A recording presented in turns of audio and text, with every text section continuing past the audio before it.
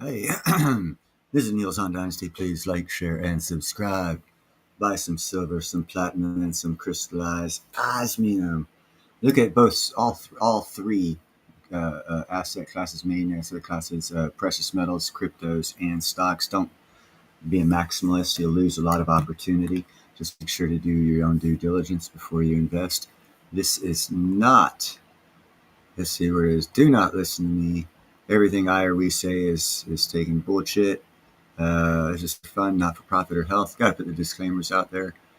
Uh, this is a Hawaiian power grid, and why they will be buying micro nuclear reactors. And I figured I would show this because, for one, it's about 18 minutes. It's let's see who's this from. It's practical engineering, how the Hawaiian power grid works. I wanted to show this because, first off, Hawaii's what's up, JF Enterprise.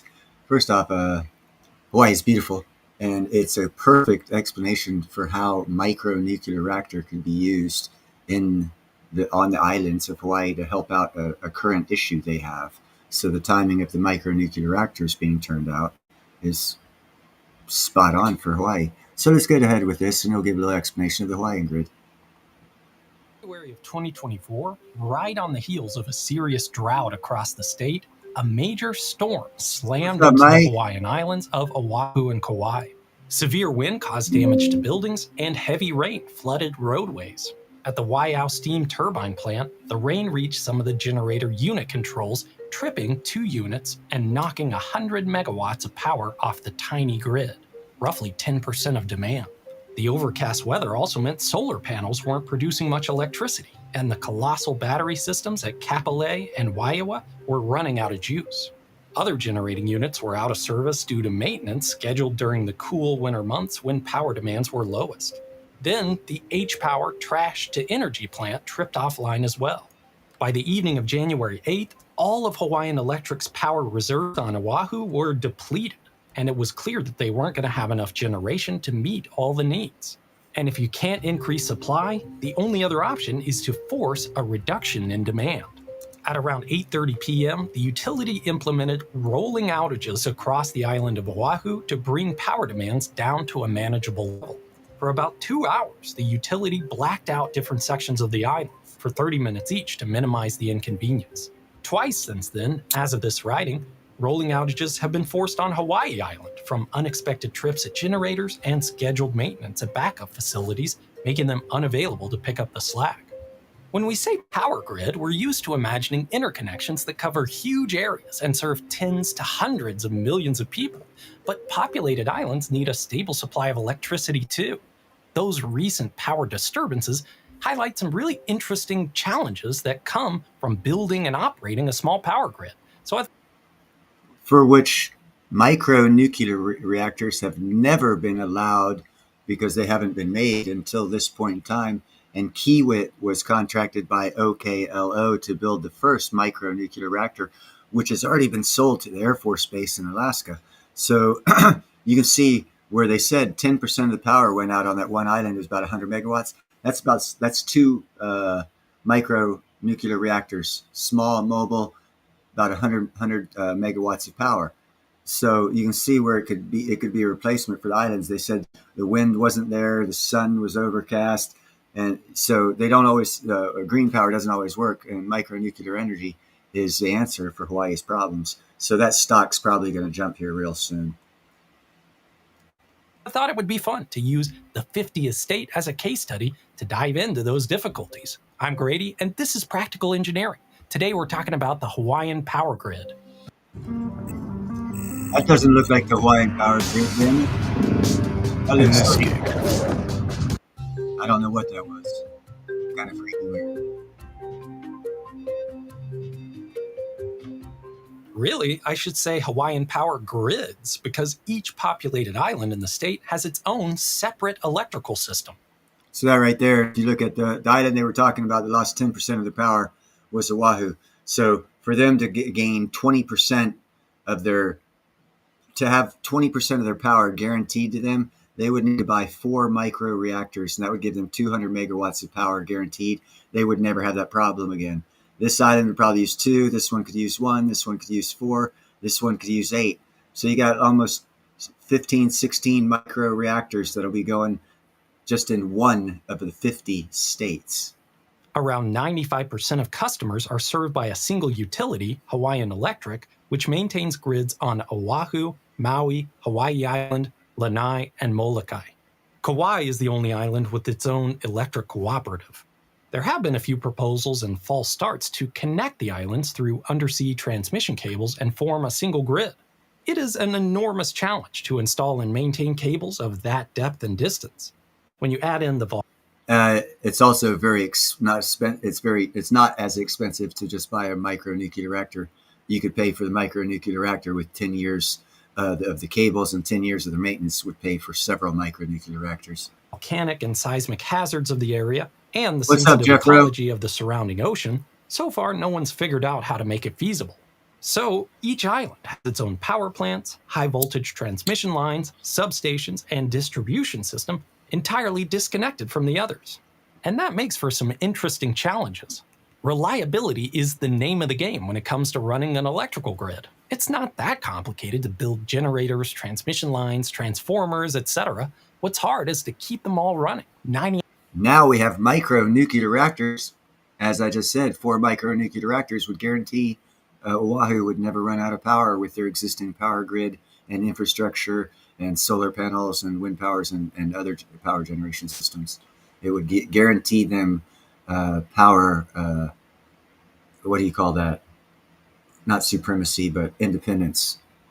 99.9% of the time, day and night, rain or snow. Yeah, some parts of Hawaii occasionally get snow. Oh my goodness gracious, This is a graph of a typical reliability curve that helps explain why it's a challenge. At the left end of the curve, you can get big increases with a small investment. But the closer you get to 100% uptime, each increment gets a lot more expensive. It really boils down to the fact that, in many ways, reliability comes from redundancy. When something goes wrong, you need flexibility to keep the grid up. But in practice, that means you have to pay for and maintain equipment and infrastructure that rarely gets used, or at least not to its full capacity. Hopefully it's clear that the graph I showed is idealized. It's much harder to put concrete numbers to the question. The random nature of problems that arise, our inability to predict the future, and the fact that everything in a bulk power system is interconnected all make it practically impossible to know how much investment is required to achieve any incremental improvement in reliability. But it's useful anyway because the graph helps clarify the benefits of a large power grid, also known as a wide area interconnection. For one, it smooths out demand.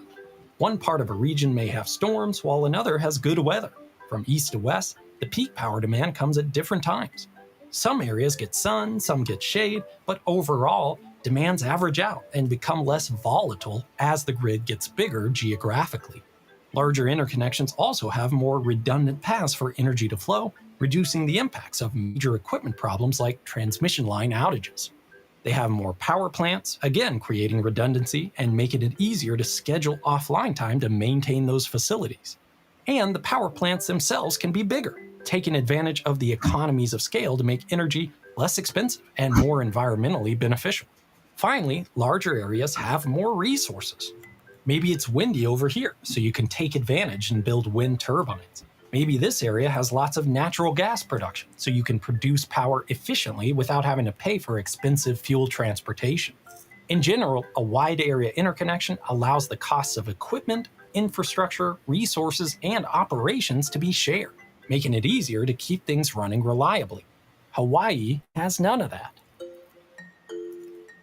Roughly 75% of the electric power in the state currently comes from power plants that run on petroleum.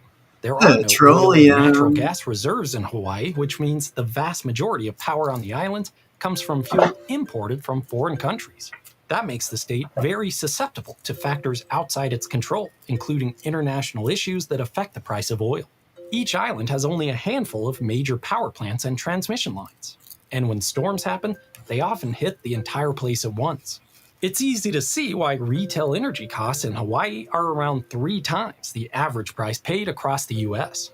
Every increment of reliability costs more than the one before it, and each island has no one else to share those costs with. But if they had micronuclear reactors, they could actually lower their monthly electric bills because they would have a more stable and reliant power generation source. See how that works? So they get passed down to consumers. But it's not just that the grids are small. Liquid dinosaurs. The bulk of the remaining roughly 25% of Hawaii. Mike, I don't know if you know this, but according to the sensor readings of all the satellites that have passed by Pluto, they've discovered that one of the moons of Pluto, they're saying, has oil on it. So if oil came from dinosaurs, that means Pluto has a atmosphere that can support life of dinosaurs. just a little insight there. Hold on, I'm rolling a joint. You got to give me a second here. Good things take time. Hawaii's electric power not produced in oil-fired power plants comes from renewable sources, wind, solar, and a single geothermal plant. This has the obvious benefit of reducing CO2 emissions, but it also reduces the state's exposure to the complexities of the fuel supply chain and price volatility, taking advantage of resources that are actually available on the islands. But renewable sources come with their own set of engineering challenges, particularly when they represent such a large percentage of the energy portfolio. Of course, renewable sources are intermittent. You don't get power when the wind doesn't blow or the sun doesn't shine. That sporadic nature necessitates options for storage or firm baseload to make up the difference between supply and demand. It also makes it more complicated to forecast the availability of power to plan ahead for maintenance, fuel needs, and so on. And it requires those storage facilities or baseload plants to ramp down and up very quickly as the sun and wind come and go. Getting all your daily nutrients. Are you guys getting all your daily nutrients? But nutrition gaps in your diet are inevitable. So is But that's not all. Solar and wind sources are also considered low inertia. Thermal and hydroelectric power plants generally use enormous turbines to generate electricity. Those big machines have a lot of rotational inertia that stabilizes the AC frequency. The frequency of the alternating current on the grid is basically its heartbeat. It's a measure of health, indicating whether supply and demand are properly balanced. If frequency starts to deviate too much, equipment on the grid will sense that something's wrong and disconnect themselves to prevent damage. See, if you think about micronuclear, if each city and town on Oahu had its own micronuclear reactor, they could take down the infrastructure of the power lines in between the towns and clean up the view of Hawaii by getting rid of them. If they did that in California, we could get rid of the power lines that have caused all the fires and multi-billion dollars worth of damage and loss of life. So micronuclear has great advantage to it. The same is true for lots of industrial equipment and even consumer devices.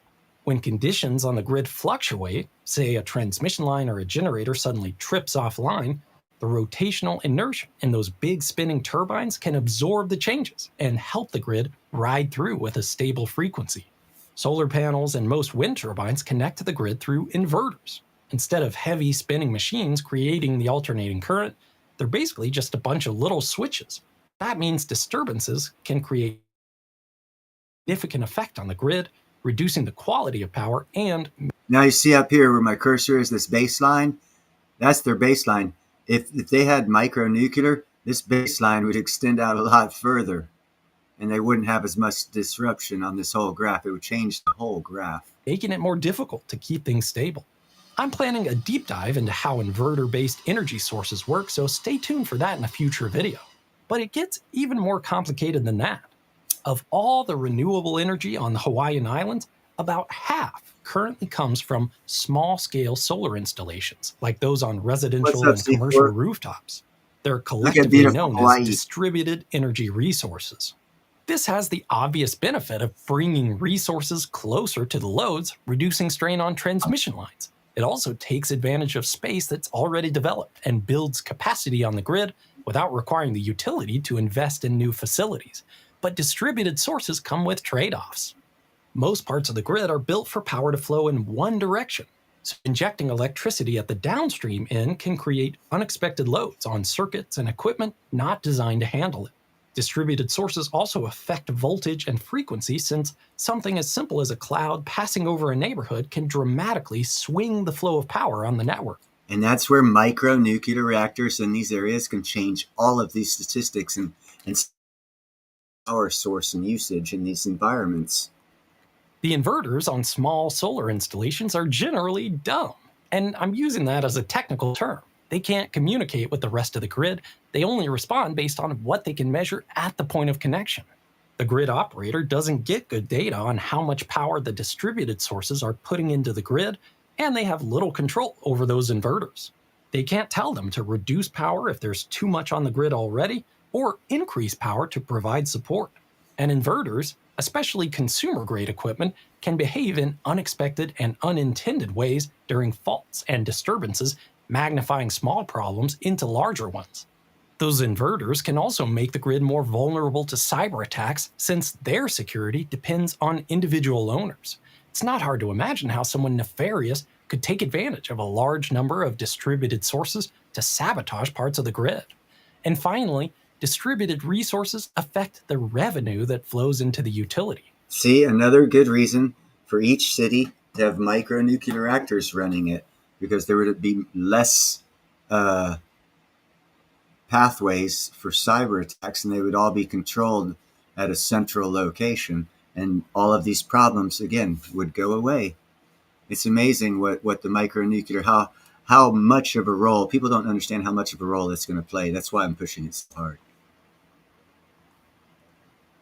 And this can get pretty contentious. The rates a customer pays for electricity cover a lot of different costs, many of which don't really evaporate on a kilowatt per kilowatt basis if you remove that demand from the grid. Fixed costs like maintenance of infrastructure still come due, even if that infrastructure is being used at a lower capacity on sunny days. And that's all goes away. With metering, it gets even more complicated to figure out how much that power injected into the grid is really saving, not to mention how those savings should be distributed across the customer base. And these challenges are only becoming more immediate. Hawaii's Clean Energy Initiative, launched in 2008, set a goal of meeting 70% of its energy needs through renewables and increased efficiencies by 2030. In 2014, they doubled down on the commitment, setting a goal of completely eliminating fossil fuel use by 2045. That would take them from one of the most fossil fuel dependent states in the US to the most energy independent, and they've taken some big steps toward that goal. Renewable generation has gone from less than 10% to about 25% of the total already, and a host of policies have been changed to create more opportunities for renewables on the grid. And overnight, if they bought just several micronuclear reactors and set them up, they could be 50% of the way there, with the possibility of being 100% of the way there in a year. Solar water heaters are now required for way before 2045. Most new homes. Rebates are available. Of course, that's not going to happen because there's a lot of money being made in the electrical grid. A lot of companies, a lot of people own that stuff, and they love that money coming in monthly. So the new energy sources are fighting the embedded greed of. Now, you've also got to consider that. Available for solar installations. The only coal-fired plant in the state was controversially shut down in 2022, and there is a big list of solar, battery storage, and biofuel turbine projects expected to come online in the near future. I did a video on exactly that thing, Mike, pointing out how the purchasing power of a dollar can vary from state to state, and I've often brought up that $1 in California buys you 88 cents worth of purchasing power. In Alabama, it buys you $1.12 worth of purchasing power. Now, because of that statement you made in the video I did, I noticed that, well, Washington State probably gets you about 89 or 90 cents per dollar purchasing power, and Florida probably is about $1.12. Same scenario.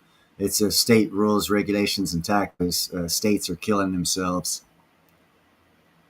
For better or worse, Hawaii has become a full-scale testbed for renewables and the challenges involved as they become a larger and larger part of the grid. Many consider natural gas to be a bridge fuel to renewables, a firm resource that's generally cheaper, cleaner, and often more stable in price than other fossil fuels. But Hawaii is hoping to leapfrog the bridge.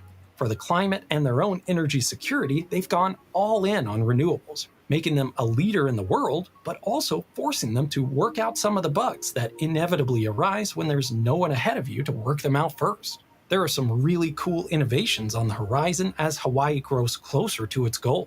Smart grid technologies will add sensors and communication tools to automate fault detection, recovery, and restoration, and enable power to flow more efficiently across distributed resources. Hawaiian Electric is also testing out time of use rates to encourage customers to shift their power use to off-peak hours, hopefully smoothing out demands and reducing the need for expensive generators that only get used for a few hours per day. That idea really underscores the significant challenge Hawaii faces in keeping its grids operating. Improvements and capacity upgrades help everyone, but they cost everyone too, and they cost more for every additional increment of uptime. There's no reliability menu, and kilowatt hours don't come a la carte.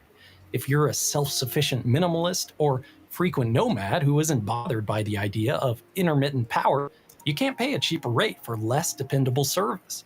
And if you use a powered medical device or work a high-powered, always connected job at home, you can't pay extra for more reliability. In many ways, Hawaiians are all in it together. Drawing that line between what's worth the investment and what's just gilding the electric lily is tough already, with such a diverse array of needs and opinions.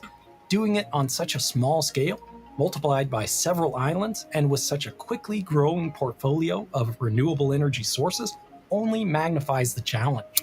But it also creates opportunities for some really cool engineering to pave the way for a more resilient, secure, and flexible energy future. Not just for Hawaii, but hopefully all the rest of us too. If there's one thing I learned from researching and talking to people for this video, it's that Hawaiians care a lot about how their state is portrayed in the media. There's a lot of complexity in the history and culture, and it's easy to miss out on important context if you're not from there, and I'm not. And that happens a lot for me, actually, even for topics you'd think would be strictly about the science and engineering. Here's just one example. The private Odysseus lander kind of successfully landed on the moon a few weeks ago. There's not a lot of politics in a story like this, but if you look closely, you can see it through slightly different lenses. More than 289 news outlets covered it. Of those 289, 35% lean left and 20% lean right. And while the headlines themselves are relatively similar across the political spectrum, the articles themselves are a little different. Right-leaning news outlets tended to focus on the private sector aspect of the mission, while left-leaning outlets ascribed more of the achievement toward the partnership with NASA.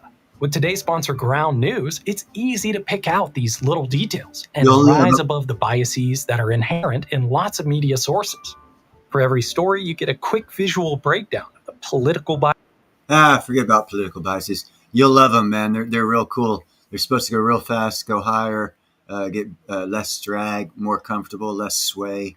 You're gonna love the ships when you get them, brother. Let me do another video, another topic, totally fucking left field from the right field, or right field from the left field.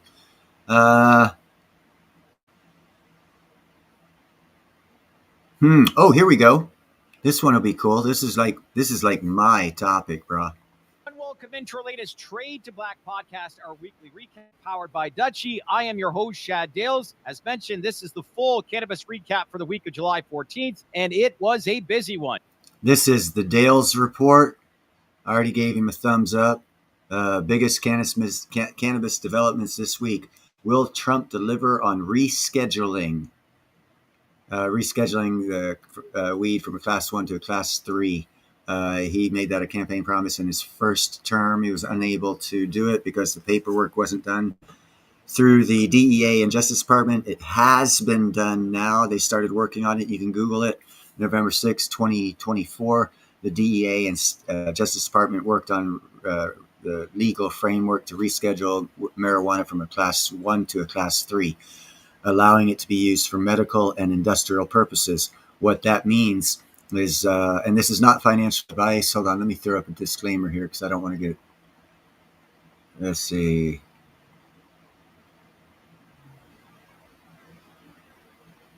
There we go. A couple of disclaimers there. The stock,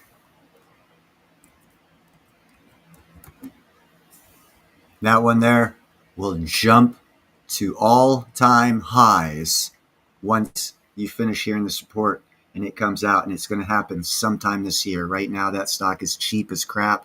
It will, in my personal opinion, this is not financial advice, that stock will easy 100x, and it's going to happen this year.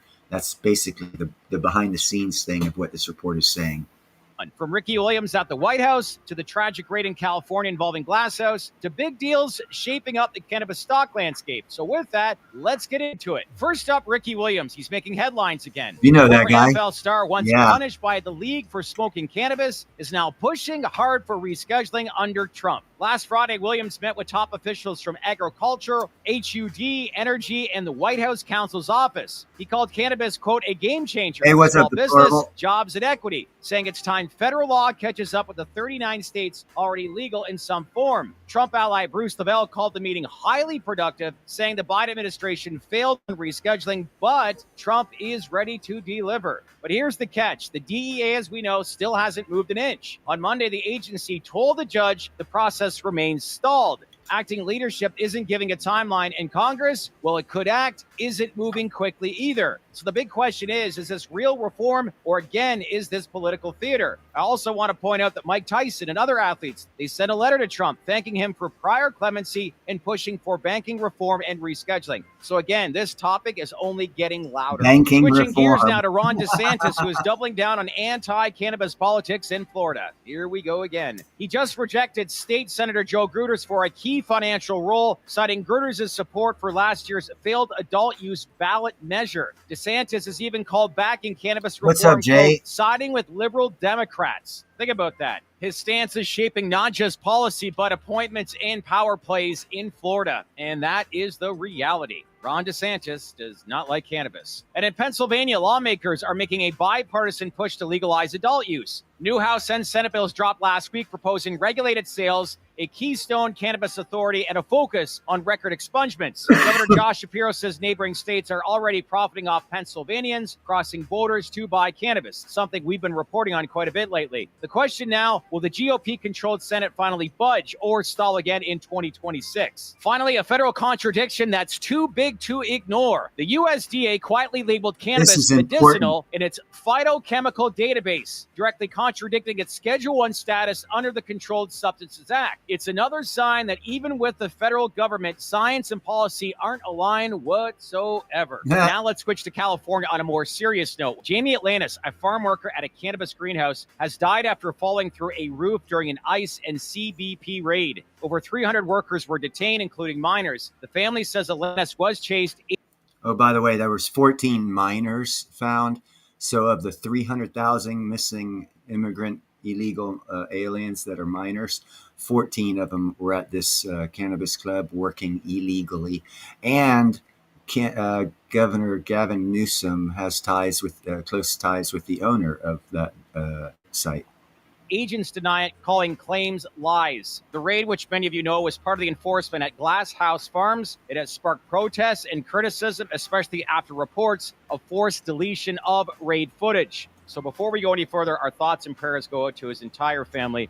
Rest in peace, Jamie Atlantis. Keeping on the topic of Glass House Brands, they just secured a $77.5 million refinancing deal, which will lower its expensive debt. For investors, that's a positive move, but the ICE controversy still looms large. Meanwhile, anti-cannabis groups are resurfacing tired talking points. Smart approaches to marijuana is once again claiming cannabis economics, they don't add up, a position many in the industry consider outdated and politically motivated. You don't say when it comes to Sam. Let's now move to the corporate front, where Ascend Wellness, they launched a new e-commerce platform and a revamped loyalty program complete with AI-powered shopping and cashless checkouts. Also, High Tide, they secured a $30 million convertible loan from Kronos, funding expansion to 300-plus stores and international growth. And Fluent, they paid down board fees with stock trimming cash burn, but signaled tight liquidity. Also, Pure Sun Farms, a Village Farms subsidiary, they published research proving THC potency varies wildly within a single plant. This could push regulators to rethink labeling standards. In Verano, they promoted James Leventis to Chief Strategy and Compliance Officer, underscoring its focus on federal reform positioning. Also, Aurora Cannabis, they scored EU GMP certification for its Ontario facilities, strengthening its export game. And MaryMed struck a deal in Maine to expand Betty's Eddies edibles into the state's medical market. Good move by MaryMed. And the last thing I want to leave you on, and it's more interesting data, legalization may be boosting home values. Yeah, boosting home values. A new study shows homes in adult use Interesting how it all ties together. $60,000 more on average than in prohibition states since 2009. Think about that. But there's a flip side. Higher prices also mean housing affordability issues in many of these same states. So there's lots of ways of looking at this. All in all, looks like the quality of life actually picks up for some people that live in adult use states. So that's a wrap for this week. And as I said last week, stay connected because we keep hearing some things out of Washington that's getting more and more momentum around rescheduling. So whatever, cannabis stock you're looking at, if you do your own research and you know that it's going to be rescheduled, you're intelligent enough to put together if it's a good investment or not. All I am doing is putting a spotlight on the industry because there's fixing to be a dramatic change in the laws that'll allow dramatic growth in the medical and industrial use of marijuana. Let me see here.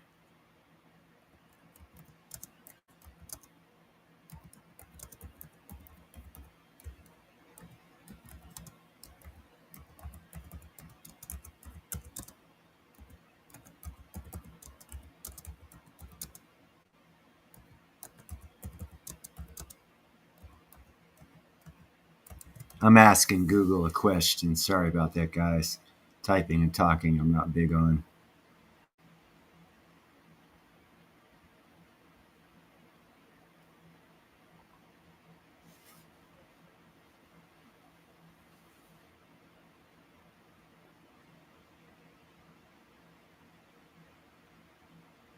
Okay, here's a little something on the difference that occurs when it goes from a Schedule 1 to a Schedule 3. Let me take this full screen so you guys can possibly see it as well. It says here, let me go up to the top. Main difference between a Schedule 1 and a Schedule 3 drug involves their accepted medical uses and potential for abuse. Key differences: medical uses, abuse potential, risk scheduling, prescription requirements. It doesn't say anything here about the industrial use. It's the most restrictive due to high potential risk and lack of acceptance. No use schedule is least restrictive when the lowest potential of abuse and acceptance in medical use. But it also opens it up for industrial. What is a Class 3 drug? Scheduled drug in the United States, potential for less of those in schedule, matter physical dependence on high psychological examples of alcohol, steroids. Yeah, it doesn't say anything, but it also includes, if you read the bill, it includes industrial use, which is hemp farming, which is an alternative wood use. So that's why when Trump was saying we don't need Canada's wood, because, hey, what's up, Silver Ruger? If we reclassify weed from a Schedule 1 to a Schedule 3, it opens up for medical and industrial use. For hemp lumber is far outweighs wood. I think hemp lumber is like twice as strong, mold, mildew, and pest resistant. That right there makes it 10 times better than wood. And it's a renewable resource that you can grow every year and yearly you can grow as much as the need is for the following year. American Agricultural Department determined 1,000 square acres of American soil would grow enough hemp to make enough hemp wood for the use that America uses in wood every year. And you can grow it and cut it down yearly. Tree cutting places would be going down. Environmentalists would be going down. It would actually be more prosperous for America. Sorry, I wasn't looking at chat. Silver Rigger showed up. Yep, I said hello to that. Deplorables here. Silver. I meant the status. Oh, okay. Yeah, he's giving status of the market for MJNA. Yeah. Yeah, Clean Air Metals is a good one too. It's probably because they're penny stocks they're on that one. But Clean Air Metals has a great future. They're sitting on so much of some of the purest vein of platinum on the planet, and they're fixing to be mining it. And that's part of the reason why platinum's gone up, is the price control of platinum has left BRICS and the One Belt Road Initiative, because platinum is no longer singularly mined in BRICS nations, i.e. South Africa and Russia. It's now very shortly going to be mined to a significant amount, adding yearly to our supply from a Canadian land-based source. So they lost control of it, the price, and that's why it's going up. It went up like 40% in a month or something like that. And if you go back to my prior videos, I didn't give a percentage of how much it would go up, but I said towards the end of Q2, you'd see the price of platinum go up because the platinum manipulation would end. So I'm just presuming I know what the hell I'm talking about. That, or I just got lucky. And if you don't believe that I said that, just go back and watch some of my previous videos. I actually did say that, because that's, I believe I discovered what the price manipulation of platinum was, which I believe was actually when South Africa signed up to the One Belt Road Initiative, and the reasons China gave for wanting them to join the One Belt Road Initiative, and also joining BRIC at the time, thus making it BRICS. And when that happened, that gave China complete control of the African mines of platinum, gold, and diamonds, for which since then, all three elements of mining in South Africa have lost billions of dollars in revenue somehow. Don't know. Corruption's not a thing, because China's not into corruption. But anyhow, let me see. You guys want to see some more crazy off-the-wall video shit that I found? That'll be somewhat maybe interesting if you're into it. I have something on, let's see, wind and solar, or dogs. Dogs. We'll do dogs because it's off the wall. And it's also probably informative for those of you that actually might have dogs or are interested. And this. And all of these good boys and girls are too. Wild canines are wildly diverse and live on almost every continent. And ever since the wild ancestors of dogs first cozied up to the fires of ancient hunter-gatherers somewhere between 15 and 30,000 years ago, domestic dogs have reaped the benefits of one of the most successful cross-species partnerships in the history of the planet. An estimated 1 billion modern dogs live all over the world, including several who live with the people that made this video. I'm David, this is Kubu, and this is Minute Earth. And in this video, I'm going to take you on a tour of the dog-normous diversity of the canine family. Oh yeah, this is a poster you can put on your wall. You can order it from our merch shop on dftba.com. I'll talk more about that at the end of the video. Okay, let's start with a few extinct canines first. This is Epicyon, the largest dog that ever existed. It was roughly the size of a grizzly bear. Holy and cow. This is the dire wolf, one of the apex predators of the ancient American West. If you go to the La Brea tar pits in California, you'll see hundreds of dire wolf skulls that have been excavated over the years. It seems these puppers just couldn't resist going after giant mammals that had gotten themselves trapped in the goo.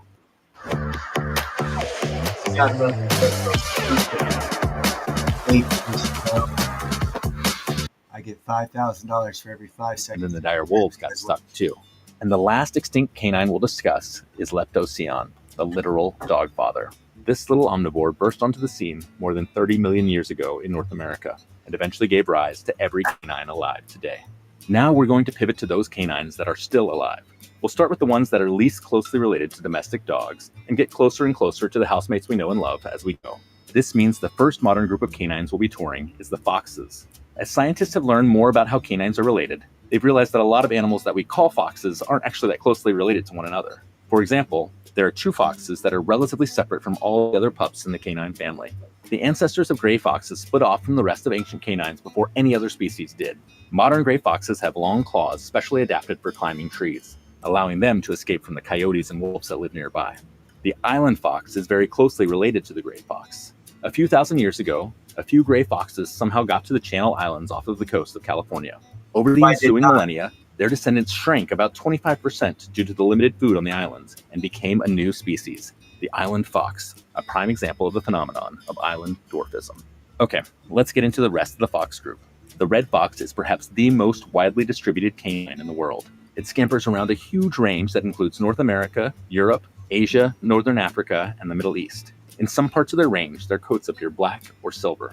Beginning in 1952, a Soviet scientist started selectively breeding some of those silver red foxes to see if he could eventually produce tame animals. In doing so, he hoped to prove how humans had first domesticated wolves. It took a while, but more than 40 generations later, his team has created a small population of tame and curly tails who love to snuggle with humans. As winter fades in the far north, the Arctic fox sheds the fluffy white coat it uses to camouflage itself in the snow and grows in a thinner coat packed with more melanin, which it then uses to blend in with the summer landscape. The fennec fox is a desert dweller, and pretty much every part of its tiny body is optimized for life there. Of course, it's got those giant bat-like ears, which dissipate heat and help it listen for prey hiding under the North African sand. It's also got shovel-shaped front feet to help it dig quickly to get in. Okay, just because I know so much about cats, there's also a desert cat. It's one of the most elusive cats out there, and it also goes after the same rodents that the fox goes after. To its burrow. And the raccoon dog, even though it looks like a Pokemonified version of, well, a raccoon, is probably pretty closely related to those foxes. It's also the only canine that hibernates during the winter. Okay, that's that group. Now let's head over to another branch of the canine family tree to meet a group of pups that you might be a little less familiar with.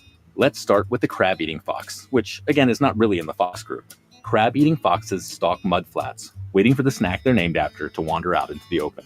Next, let's meet the bush dog, a squat little doggo with webbed feet that lives in the marshes of the Amazon rainforest. Bush dogs can actually take down big prey like capybaras by hunting in packs and nipping their quarry's heels until they finally knock them over. Then there's the maned wolf, which looks like a red fox with cartoonishly long legs. Its height gives it a better view of what's going on in the South American grasslands. Finally, there's the short-eared dog. These elusive South American natives are one of the few canines that can spray stinky smells from their anal glands. They often live in the abandoned burrows of giant armadillos. Okay, let's turn to the group of canines that are more closely related to modern dogs. The black-backed jackal is famous for its broad diet. It will eat pretty much everything, from grasshoppers to seals to impalas to the hard melons of the Nara tree. The African wild dog, the painted dog, has recently gotten a rebrand as conservation groups attempt to prevent its impending extinction by making it sound, well, less wild. The endangered dholes of southern Asia might be the most famous example of a phenomenon called reticulate evolution. That is, they might be the product of a long-ago hybridization between wolves and painted dogs. And here's the infamous coyote. While the growth in human settlements across North America has been bad for most species, it's been a boon for coyotes, whose flexible diet, willingness to live near humans, and ability to increase litter sizes when stressed have allowed them to tremendously expand their range and numbers. And of course, there's the gray wolf. Gray wolves are the ultimate pack hunters. Their sociability is also almost certainly what led them to the huts of ancient humans, which eventually led to their domestication as the canines we love today, modern dogs. One of the first dogs we know was the Bonn Oberkassel dog from about 14,000 years ago. She survived a terrible disease as a puppy and likely wasn't any use as a hunting dog, meaning that her owners probably just kept her as a pet, for snuggles. Dingoes likely originate from some of those earliest domesticated dogs. There you go. It seems as though a group of them traveled by boat from Asia to Australia several thousand years ago. Jay. Once they got down under, though, they went wild, literally, and have since become the apex predator of the outback. Since those early days of domestication, humans have been selectively breeding dogs for all sorts of traits, resulting in hundreds of different breeds. We can't cover them all here, but let's talk about some that really stand out. Basenjis are short-haired African hunting dogs that are famous for the fact that they don't bark. Instead, their vocalizations sometimes sound like yodels. Zolos are sometimes called Mexican hairless dogs, thanks to their origin and appearance. There's evidence that the Mayans buried these dogs with their owners, since they were thought to be reliable guides to the underworld. Mastiffs often weigh more than 100 kilograms, and have been used as guard dogs, hunting dogs, and even military dogs. Nowadays, they're more known for their drool than their ferociousness. Huskies and Malamutes are often used as sled dogs because, thanks to a quirk in how they are able to use their energy reserves, they can run ultramarathons for days at a time, making them the best endurance athletes on the planet. Poodles, known for their brains and distinctive curly coats, were often used as performers in old-timey circuses. Labrador retrievers, usually yellow, black, or chocolate-colored, were originally bred in Canada to be game retrievers for hunters. But thanks to their friendly temperament and smarts, labs are now super popular pets. And though golden retrievers look a lot like labs and were bred to do many of the same jobs, they first came from Scotland. Perhaps the most famous golden retriever is Buddy, the star of the Air Bud cinematic universe. The German Shepherd is super popular and learns commands quickly. They're known for their work as police dogs and search and rescue dogs. Belgian Shepherds, especially the short-haired breed known as the Malinois, are extremely athletic and trainable. Whippets were the favorite dog of Louis XV. They're known for their speed and nervous energy. Occasionally, a genetic mutation that only occurs in this breed creates super muscular dogs known as bully whippets. Holy shit. Dachshunds, also known as wiener dogs, were bred to be able to fit into burrows and flush out badgers. In fact, the German word for badger is Dachs. Nowadays, though, dachshunds are mostly just cute, long pets. A greyhound can hit speeds of more than 75 kilometers per hour. They have the highest percentage of fast twitch muscles of any breed. The smallest of all dog breeds, Chihuahuas get their name from a Mexican state where they originated. The smallest Chihuahua ever, Pearl, is only 5 inches long and weighs just over a pound. To me, French Bulldogs look kind of like gremlins, but I guess that look is in. They are now the most popular dog breed in America, having knocked Labs out of the top spot in 2022. Akitas are known for their loyalty. Even after his owner died, Hachiko the Akita waited at the train station every day for 9 years for him to return home from work. In the process, he became a national hero as the ultimate symbol of faithfulness. Great Danes are the tallest dogs in the world. Standing on his hind legs, the Great Dane Zoo and Shack. He could drink directly from the kitchen Right sink. on. St. Bernards are famous mountain rescue dogs. Barry the St. Bernard is credited with saving more than 40 people in his work for a Swiss monastery. He'd sniff out people trapped in avalanches, dig them out, and then lick them and lie on them. My second mother, my mom's best friend, my mom died a couple years ago, but her best friend, Carol Keelan's alive. She was born in the Chihuahua, Mexico province area. Warm them up. Of course, there are also lots of types of dogs that aren't considered purebred at all. Some are like Labradoodles, hybrid lab-poodle mixes that were originally bred as pets for folks with allergies to pet dander, but now are just the cute, non-shedding pet of choice for all sorts of folks.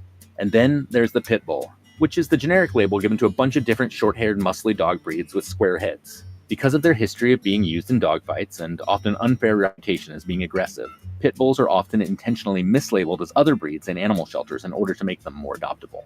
And finally, there are mutts, which are basically combos of all sorts of breeds, like Kate's dog Watson. Perhaps the most famous mutt is Laika, who started life as a stray Soviet street dog before being selected by scientists to be part of the Sputnik program. She was the first animal to orbit the Earth, though she died before she could get back home. Whew. That's a lot of dogs. Anyhow, that's enough about a lot of dogs. That was totally different and off subject for, especially since, well, it's me. I'm known as the cat guy. Well, here we go. Here's a Basenji, and here's what they sound like. Wix. One platform. Any website. Unlimited creation. So what does a Basenji sound like? Well, sometimes they sound like this. Or like this. At other times, they can sound like this. Sometimes they're very talkative.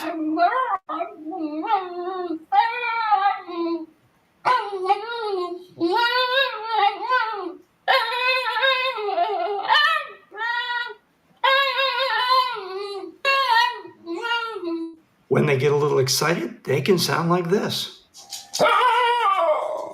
And when they get really excited, they can even sound like an air raid siren.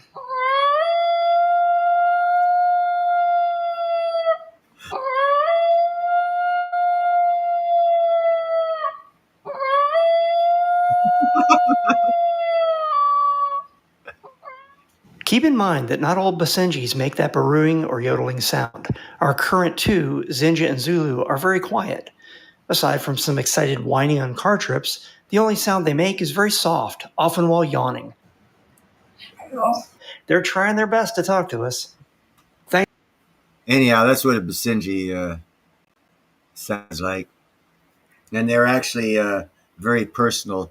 When they get to a new home for the first time, they'll actually pick the person they want to be their person, and anything that happens to their space, they will directly hold that person responsible for, even if they're not. As far as that, I mean, they'll go on that in particular person's bed, and if there's two people that sleep in the bed, they'll go to that one person's particular side of that bed and urinate on it, tear it up, and do things like that. What's up, Try Again? Exactly. Yeah, exactly, Cheryl. Yeah. Well, I used to have a Basenji when I was a little kid. 4 or 5 years old. It was great. I loved that dog. My career. I actually was able in 2001, before I came back out here to be an iron worker. I was a tiger trainer, being trained as a tiger trainer. I spent 6 months doing it. I did not become professional at it because I came back here to work iron. But for 6 months, I was working with Nadia and Anna, Misha's two daughters. They were Siberian tigers, and they were about 6 months old when I got there, and I left when they were a year. And like 3 days before I left, it was the Mobile Zoo. Someone dropped off a 3-month-old Bengal tiger. And at 3 months old, that Bengal tiger's paw was as big as my hand. And it was 3 months old. It weighed like 90 pounds at 3 months old. And it came from some wealthy person who thought they wanted a Bengal tiger until it came time to feed it. And that's how I got to meet my first 3-month-old Bengal tiger.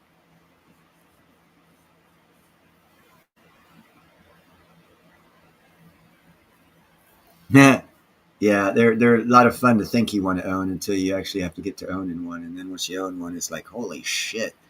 Let me invest in a ranch where I can have 100 cows to where I can feed 50 of them. This hungry ass monkey. They're best left in the wild. What's up, Knackers? Yeah, wild animals are best left in the wild because domesticating a wild animal is expensive. I see there's this one guy I watch. He's got a leopard, a black leopard. People look at it as a panther, but it's a black leopard. And he's got it. It's domesticated. It lives inside the house with him and his wife. They take it outside for walks with a leash and shit like that. But man, and it's like maybe, I don't know, maybe 120 pounds. And that food bill is expensive. Yes, Gerald, that's what I'm talking about. People don't understand, man. Them critters, they eat, bro. They eat some weight. A human at like Gerald's little brother, who's like 240, 250 pounds, can't eat as much as a 6-month-old Bengal or Siberian tiger.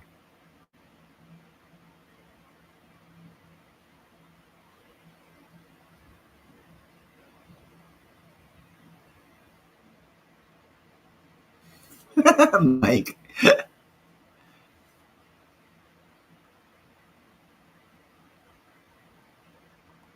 Hey, right on. You guys know each other. That's cool. This is a good hangout. A lot of good people come here, I guess, meeting from all around the world. I hear you, man. They're not for everybody in all their scenarios of life that people go through. Sometimes pets are exactly what people need. Sometimes they're the worst things people need, depending on the scenario, and each one is independent and individual to the scenario and the person. But I got the link pinned if anyone wants to come up.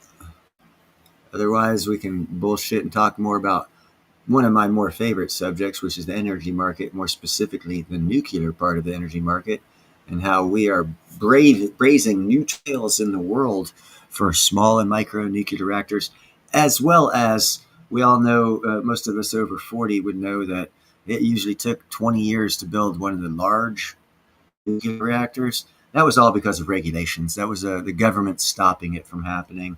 And the oil companies actually lobbying, throwing lots of millions of dollars at lobbying, preventing nuclear from going anywhere, giving it a bad name, highlighting the failures of it and stuff like that. But now that we've overcome that, nuclear will be the big part of the energy market. And the reason why I like NNE, nanonuclear energy, is because they've branched out into 5 different departments or sectors of this new energy market, as far as possible space use, fuel production, because they use a different type of fuel than the nuclear rods that the big ones use. They use a totally different type of fuel. So they're into fuel production, fuel transportation, and 2 other fields of the upcoming industry of the energy market of nuclear. So along with making their own micro and small modular reactors. So they're going to be a long-term, big-time player. And then OKLO is just into manufacturing their, in particular, design of a micronuclear reactor, which they just got approved by the Nuclear Regulatory Agency, and they have already sold their first one to the Air Force Base in Alaska, even though it's not built. But what I do have is they have contracted with Kiewit to build their very, very, very, very first micronuclear reactor, for which the Air Force has already paid for. So it's happening. It's happening before our eyes. No one's really talking. Not too many people are talking about it, but look into those companies because they are going to skyrocket. As the earlier show, I was talking about Hawaii and their power grid problems. Micronuclear reactors on each island would solve all of their infrastructure power issues. And since their power, they need power for tourism because that's their main industry, and power money generating industry. They need a sustainable power resource. So they're probably going to be buying several micronuclear reactors to make up the difference of their power gap when they have inclement weather or earthquakes or volcanoes or other things that they naturally have. Yes, they will. Yes, they will, Deplorable. In my personal opinion, I don't know when, but yes, they will. They will come up with a device that'll be small enough for you to walk out and stick it into a component, a part of an engine, and it'll power that whole freaking thing, and it'll have some sort of a levitation device to it, because the levitation, as we spoke on the 2 live streams ago, the levitation technology is out there. It's been out there since Back to the Future 2, but it takes a lot of power. And that's why, and the insurance companies didn't want it out on little skateboards, hover skateboards, liability insurance, so insurance wouldn't cover it, so the industry went nowhere. But if you add it to like a car and you have a power source bigger than a 447 8-stroke engine, and you need a lot bigger power source than that. But if you have a small, very like a micro, even smaller than micro, like a micro nuclear reactor that you could just stick in there the size of a football, that would power the anti-gravity portion of that vehicle, then all you would need is propulsion of a lesser weight, so that your economy of fuel, whatever it would be lessened, and all the braking potential and everything else would be lessened. But I see a great need in the future for a small personal nuclear unit. I have several.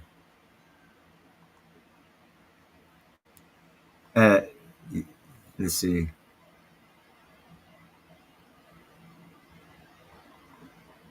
%.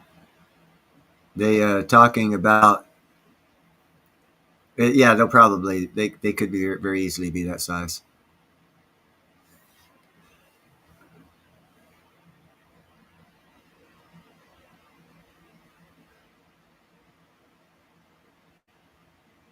They're coming. They're actually working on. Well, they've already got synthetic diamonds, and diamond is what is it? It's the cells of a diamond are compressed tight enough that it'll stop radiation from going out, and you can stick a couple cells of uranium behind a man-made diamond. You can stick some uranium in it, and the radiation would not get out.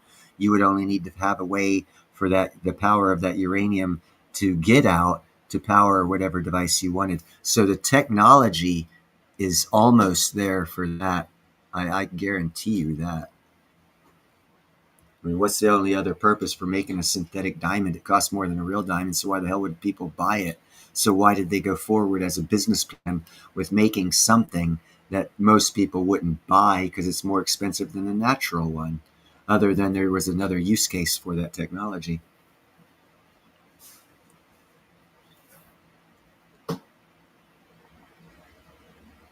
Hello, McFly.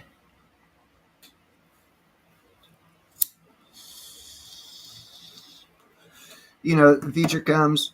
People laugh at the people who see it, but the future comes. People laughed at Tesla, and now they're finding out, hey, you know what? He might have been right.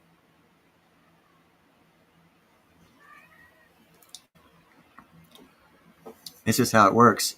And the people that were probably throwing money at making him look like a fool was probably the oil market, the oil industry, because they made trillions not going electric.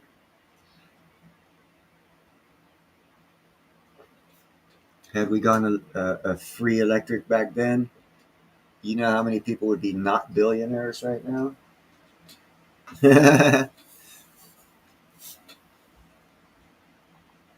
That is very possible, but I can tell you what will be as far as crypto goes. I think the long-term play in the crypto market would be that one, other than the, let's see, other than the group that falls into the ISO 222. Because I don't think that ZBEC falls into that one, or ZBCN falls under that. They might, but I'm not sure. But yeah, all the crypto that fall under the ISO 222, I would seriously do your own research in, but definitely look at, because all of them are solid projects that have enough regulation behind them that hackers will get jail time and caught. So, I mean, there's a little more soundness to them, in my personal opinion.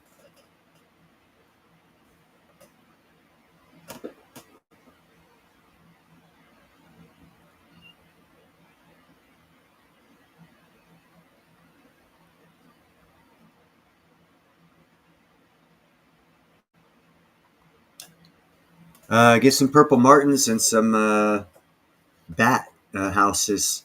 There's a certain type of bat that eats mosquitoes, and the purple marlin, if you don't know exactly where you live, but if you put a couple purple marlin boxes or houses up to draw on the purple marlin, they eat mosquitoes.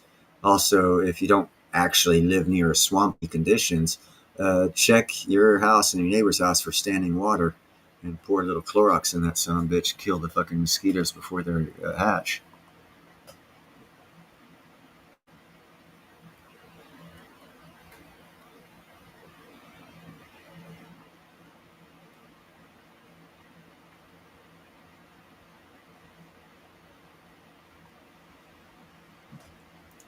Let's see. What else do I have here? I got a little bitty shorty. I got a shorty. It is about 10 minutes on something to do with solar and wind. Dude's name is Just Have a Think. Don't have a drink, have a think. To put up with my Sunday evening ramblings over the years, you'll know that I've made quite a few videos extolling the virtues of renewable energy technologies like wind turbines and solar photovoltaic panels, comparing their rapidly falling cost curves to the fairly static lines of competitors like nuclear power or fossil fuels. But wind and solar are, of course, both intermittent, which means they need some form of energy storage to back them up. And therefore, the cost of all that storage and additional infrastructure also needs to be factored in Now look to at get a nuclear. fair comparison with so-called baseload power producers. It's a base. That's a not insignificant piece of research and number crunching that was embarked upon back in 2022 by a PhD student called Robert Idle while he was at Rice University's Baker Institute for Public Policy. In his peer-reviewed research paper, Robert came up with a measure that he called the Levelized Full System Cost of Electricity, or LFSCOE, which he defined as the cost of providing electricity by a given generation technology if the grid had to be 100% supplied by that source, backed up by energy storage systems. It was a theoretical extrapolation of logic, a kind of no hiding place worst case scenario for green technologies, if you like. Robert's calculations suggested that even if the cost of energy storage dropped by 90%, running a grid entirely on renewables with absolutely no dispatchable power sources at all would still be more expensive overall than running it entirely on dispatchable baseload power like nuclear, biomass, coal or gas, assuming no carbon tax had been applied to the fossil fuels. So is this research the coup de grace that the fossil fuel propaganda machine was looking for? Game over for the 100% wind and solar proponents? Well, according to a 2025 analysis by the well-respected industry think tank Ember, maybe not. So who's right and who's wrong? Just have a think. Hello, Don't drink. and welcome to Just Have a Think.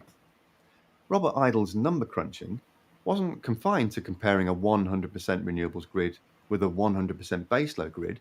The paper also assesses a grid running on 95% renewables as well. Now, you might think the difference would be pretty negligible. And in fact, in the case of baseload generators like biomass, coal, gas, and nuclear, it is. But in the case of renewables, Idle found that the overall LFSCOE costs were slashed by no less than 50%, making them much more competitive, especially in places like Texas and California. Why?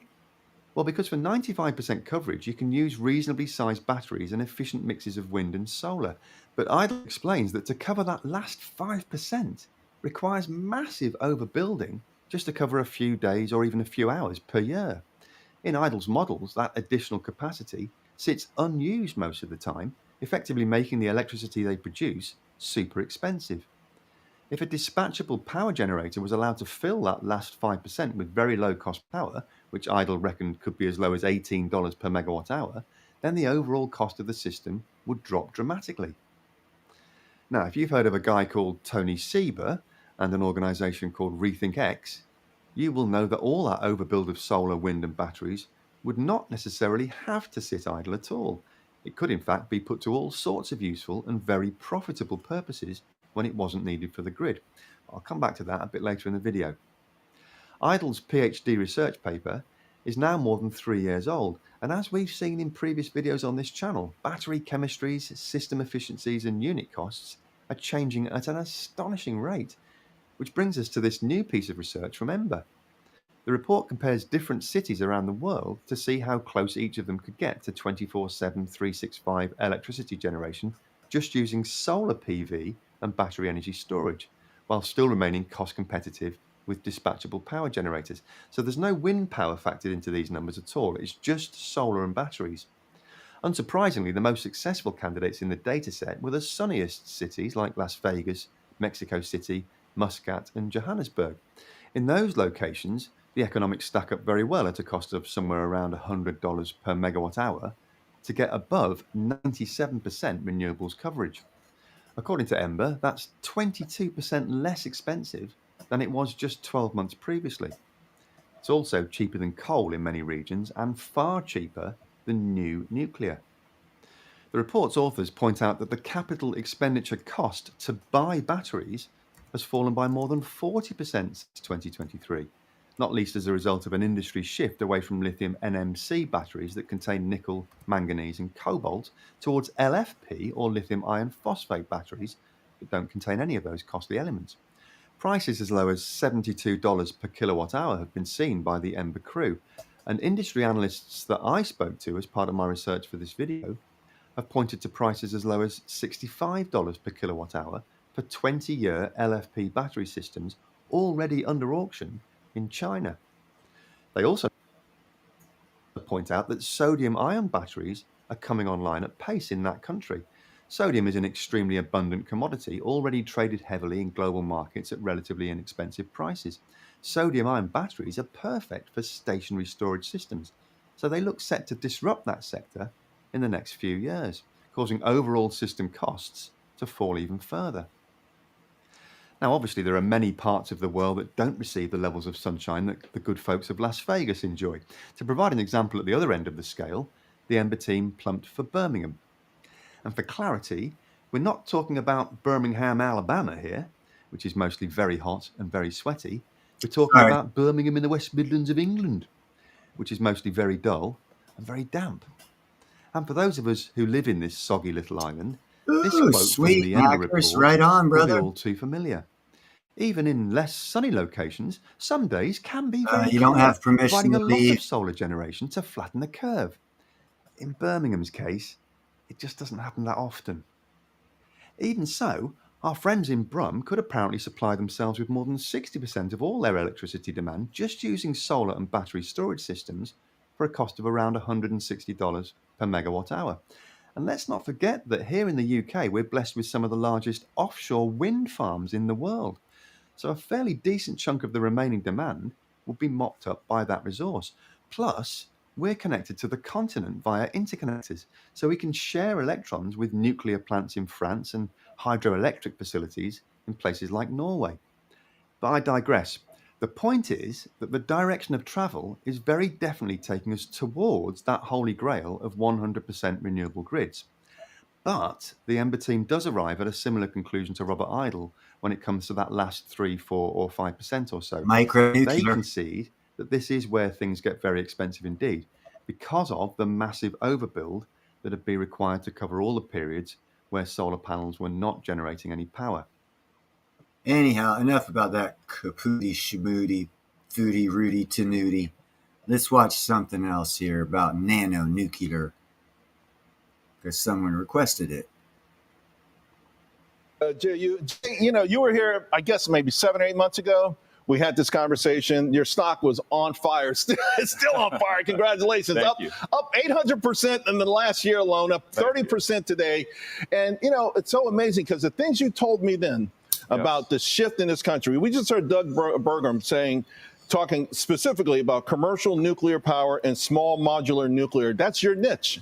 Yes, that is. Nanonuclear is a vertically integrated, portable, and also microreactor company. But vertically integrated is key because we're not just focused on building reactors. We're focused on the full supply chain, meaning fuel. Through our related party transaction list technologies, we have the only U.S. origin and patented technology for laser uranium enrichment. What does that mean to like the average listener right now? Yeah, that means we could enrich cheaper than any technology in the world through LIST, and it's the only patented technology in the U.S. So the fuel will be another bottleneck here. We think all these reactors are great. Everyone building them, we want them to win because in the end, we win as well. And let's talk about this race. That's why because I support nanonuclear. We heard it there over and over again. We want to win the arms race.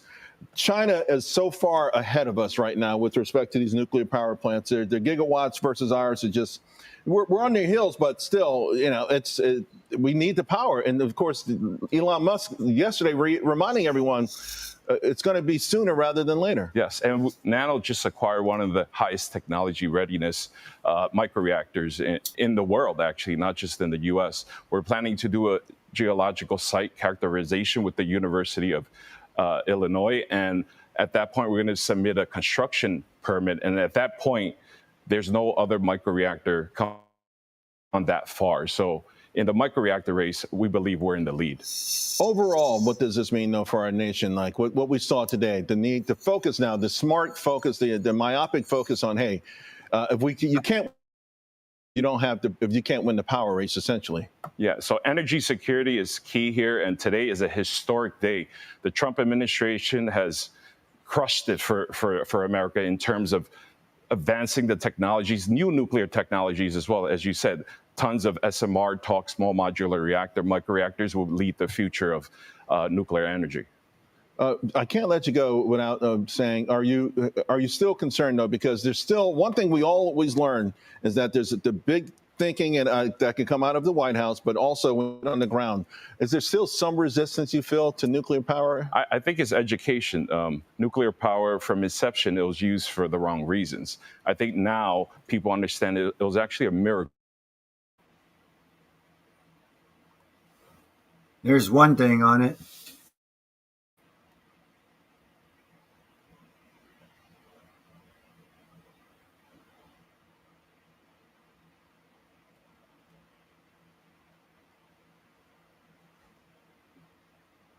What are you asking about? Are you asking the question about the other guys in chat?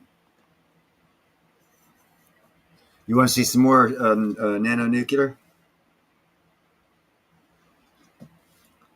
They are, in my personal opinion, not to financial advice, to very much invest in them. They are going to be, like the guy said, leading the way. 800% in 1 year, 30% in 1 day, up, up, up, up, up. Crypto doesn't stand a chance against those guys at this point. Short term, crypto can. There are crypto out there that'll do probably better than NME in a year, but long term, over 5 years term, NME will outdo most every crypto out there because it's going to end up paying dividends. I don't know about crypto. I need to get Gerald up here. He knows about the crypto and see if there's some way you can get dividends.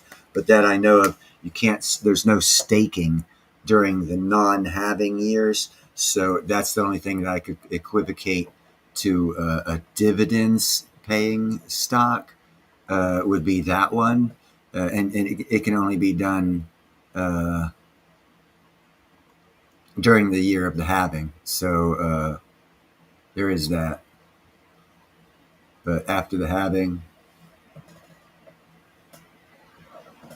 well, it all depends on your country. Actually, crypto is not being taxed, knackers, and overtime's not being taxed. Social Security's not being taxed.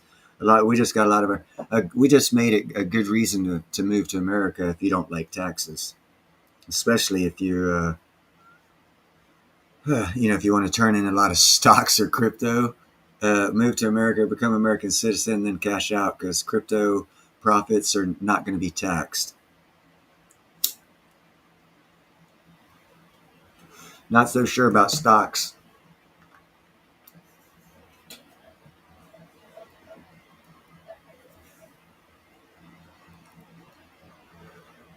I was always pro-nuclear. I saw what was going on, but I mean, because at the same time, they were talking about 3 Mile Island and all this other shit.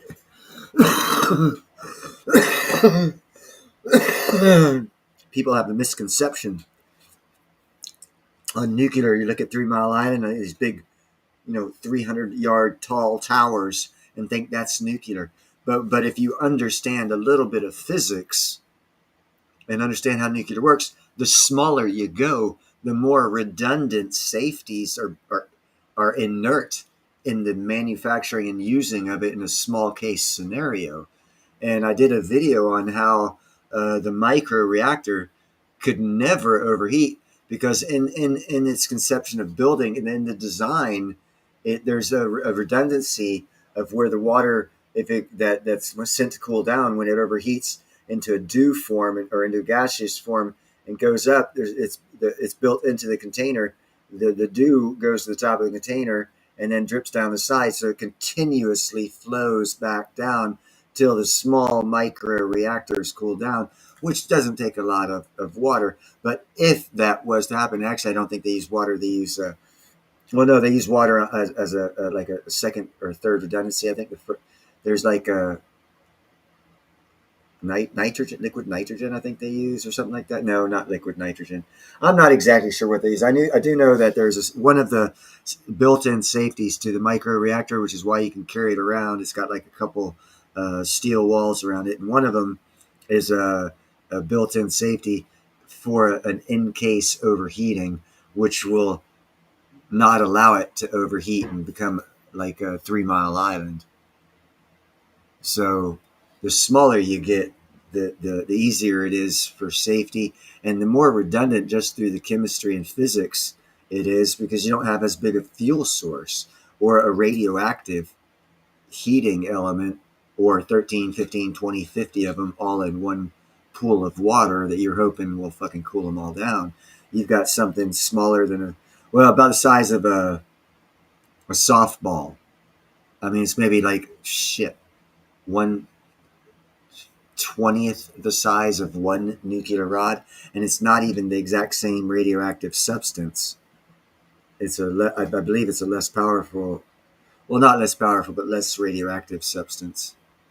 So there's a lot to, and I don't understand why we went large to begin with. Maybe it was a technology issue, and we didn't have the technology to do smaller micronuclear reactors 30 or 40 years ago. But yeah, there was a lot of money thrown at the hate towards that. But then again, for 50 years, we've pushed kids not to do physics and science, so it's easier to sway the minds of the people who don't know. And a big public opinion thing was done on nuclear, which truly screwed America's energy independence a long time ago, which would have made us a lot of money and saved us a lot of money. But that's in the past. It's coming now. It actually is, knackers. Again, all of the islands, most likely New Zealand could buy a whole shitload of them and go 100% power free and have extra power to sell only, kind of thing, without any kind of solar panels or windmills or any destruction of their landscaping.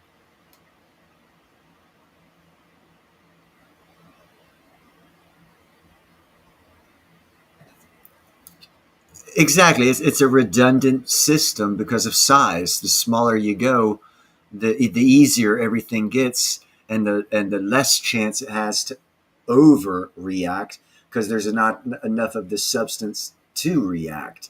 Like I said, instead of having 50, 60, 80 big fuel rods in a swimming pool, you've got something the size of a freaking softball.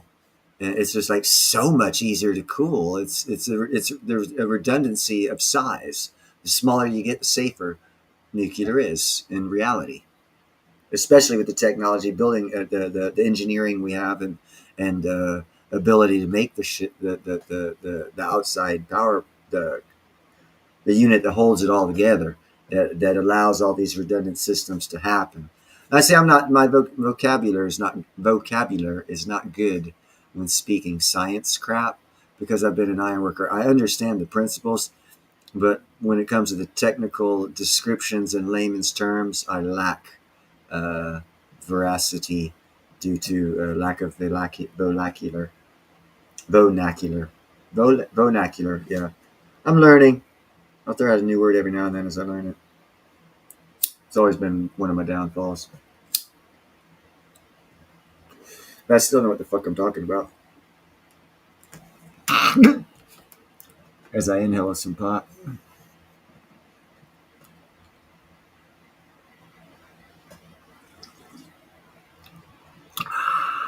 Earl Grey tea with milk, baby. Cinnamon and honey and milk. The health benefits of honey and cinnamon are off the hook if you don't want to be on high blood pressure, or high cholesterol medication. You check into holistic medication and use case of what's up, evil cowboy? The use case of foods and drinks in your diet to change things in your body. Cinnamon and honey put together are very, very good, and lemon. But that is not health advice nor financial advice. It's just good advice. And I don't think they can censor good advice because it is neither professional or financial. It's just good. Good to see you too, evil cowboy. One thing people don't, a lot of people, a lot of the crowd that are coming here would most likely understand, but most of the general purpose retail individual wouldn't understand that when Ethereum goes up, it's a platform. It's like a diving board, a real big one. And there's other coins or projects that launch off of that platform. So when that platform raises, everything that launches off of that platform also raises. And that's the differential of that, the crypto market over the stock market, because the stock market doesn't act like that whatsoever. Businesses are individual. In the crypto market, there's platforms like a Solana. Ethereum is actually a coin platform. You guys can help me out with some others. Isn't HBAR one? Oh, well, thank you, Evil Cowboy. It's been like 9 years since I've technically hard researched crypto, but that's what my recall.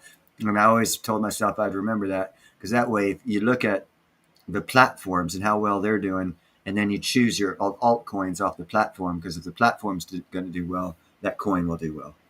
And if it's a lower digit purchase buy-in, the percentage of Xing upward is at high end.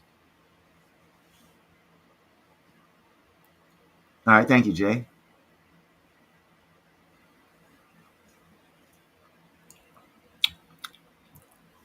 Yeah, my boy Gerald here, if he'd come up on stage, he could silver tongue your ass with all that talk. Every time he starts talking about crypto, I'm like, dude, I'm hearing Jeopardy theme song in my head. What did you say? Because it's like, everyone's got their things they're into, and I have several things I'm into, but I've moved on from crypto, and I've filled that gap of knowledge gaining with lots of other things. So, and since the halving's already here, and I, obviously stepping in late to the party, not real interested in trying to catch up, so. Yeah, ETH actually, Ethereum, shoot, 30,000 is not you know, the next 4 years is not improbable for Ethereum, which means, again, all of the projects launching off Ethereum, well, you know, snowball. Dude, platinum is such a glorious thing to get now. Until, just like silver, until silver hits 50, it's a good buy. Until platinum hits 2180, it's a good buy. It's just a better buy, cheaper, obviously, but it's still a good buy with the future I see for platinum. And then you also look at the digital market of platinum. Supposedly, London LBMA is doing something they think is going to try and save their freaking financial ass with the digital platinum. And it's supposed to take off, but I haven't looked at it because I'm curious. I'm suspect of the LBMA and anything they do. So I don't want to like get too hyped up over something that they are doing, because it's quite possible it could be a big fucking rug pull because they're financially strapped. Well, not financially, but they're paperwork strapped with the new regulations of Basel III. They're kind of screwed through ways from Sunday, and they need money.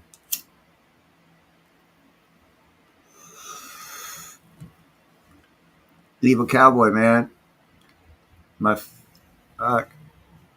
June, July, August, September 2022, third, fourth month of my YouTube channel, I started saying my saying was buy silver and platinum.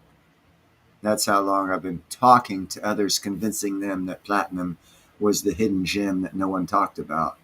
And it's still, more people are now recently, in the last 2 months, more people have been talking about platinum. But beyond that, no one would talk about platinum except for me, as far as what I heard and seen on YouTube. That's one reason why I added it. And then when I found out about crystal osmium, I was like, hey, for the market that it is, it's going to run for what it is, and its use case, you can really make some money on what it is. You know, again, on what it is. It doesn't cover all the checks and you know, mark all that, doesn't dot all the I's and cross all the T's for everyone's investment strategies. But for what it is a good investment, a very good investment. And that's why I say,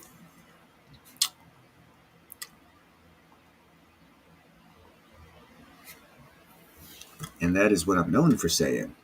And all three of them are good investments, sound investments. Exactly, Jay. When they signed up with when South Africa signed up to the One Belt Road Initiative, and the World Organization of BRIC became BRICS, because South Africa joined the same year and gave China total control over their minerals. And that's when, and because companies do things, or countries and companies do things in advance, they knew they were going to have to buy a lot of platinum, so they drove the price of platinum down to the fucking floor. Because last year they bought half the world's supply of platinum. They could have bought it at $7,000 an ounce, which is what it should be now. No, I do not. Oh, should I do a live? I thought you said live with. I was saying, no, I ain't gonna live with him. We're different people. He's a fireman. I'm an iron worker. We're not the same type of person. But yeah, we're both into crystallized osmium.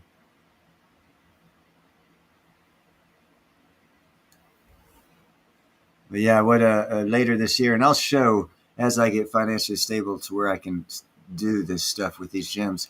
I will be on my live streams. I'll be showing my product that I am actually making, and it involves gold, silver, crystallized osmium, and gems. And that's all I'm going to say about it. Yeah, it should be easy 7 to 10 grand right now. Yes, indeed, Evil Cowboy. And that's why I'm really excited.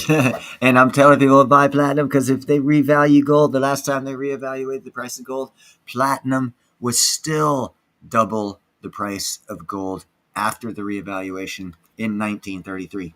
So the only historical evidence we have to go on to make any kind of chart of is the past history of when gold was reevaluated and what the other metals did comparatively to that reevaluation. And comparatively to that reevaluation in 1933, platinum remained twice the price of gold. So if history does rhyme, much less repeat, if it just even rhymes, if they reevaluate the price of gold to 20,000, platinum should jump to 40. So therefore, you should still buy platinum and silver over gold. And that's why I'm not going to say buy gold. I'm never going to say buy gold. Sorry. No, it's there's too many ways. No. Don't buy gold. Buy silver and platinum and crystallized osmium. Because if they do reevaluate the price of gold to say 20, let's make it math-wise 21,000. That's a 7x. What will silver do? 150x? And what would platinum do? If platinum's lost its price control of bricks and it's double, that means it'll go over 40 from 1.5, so it'll like 30x. So every other asset class out there will far surpass what gold does on a reevaluation. Why would you buy gold? History tells us that. Charts, everything everyone goes by, it tells you that. Unless it's different this time. If it's going to be different this time, please explain it. I'll listen, and I'll deduce that information and digest it and see what I think of it.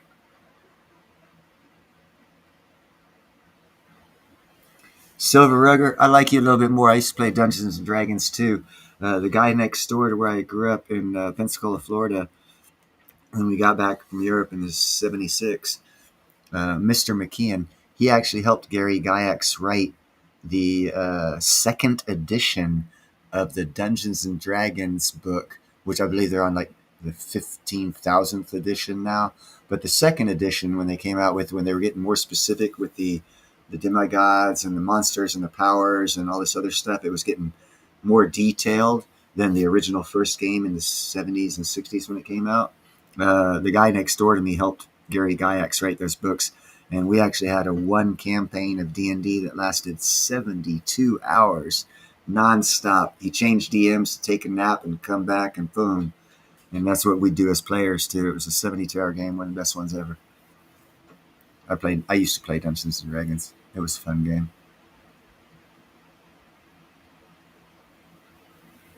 Ouch. Yeah, platinum's the play, baby. I've been saying it all the time, man, all along. Check shit. You can check George Gammon's live streams and go to their chats, and you'll see somewhere. You'll see everywhere. Sal's, Sativa Metals, Ninja, Economic Ninja, any of those shows that I'm on, you'll see Neil will put buy silver, platinum, crystallized osmium with a fucking goat and a peace sign. That's been my go-to logo for a long time to try and get people woke up to the value of all three of those precious metals. And there's great value to be had in platinum. I've known this, and I'm preaching it. I'm pushing it. And not sponsored or paid for over 2.5 years, trying to wake people up. Where I'm going to get paid is knowing that good people that listen did their own research and actually took advantage of it and gained from it. And that's that pleasure, knowing that I helped someone. Man, that's awesome in my book. That's freaking awesome, man. So that's my payment. Right now, work's not working out for me, so I can't take advantage of this stuff. So no big deal, though. My day will come. And I'm still going to gather and get information and give information as I get it. And keep rolling, keep rolling. How's that song go? And that's how that goes. And one day I'll get a job. I'll be able to make little investments, get my fucking gym thing going, get these other things going, and it'll be off the races. Move down to Alabama, do my lightning. Can you guys hear that? That's my neighbor next door. He's got there's a band over there. They're doing a recording in his sound studio. He's got the door open. That's how you can hear it, or I can hear it. That was the bass.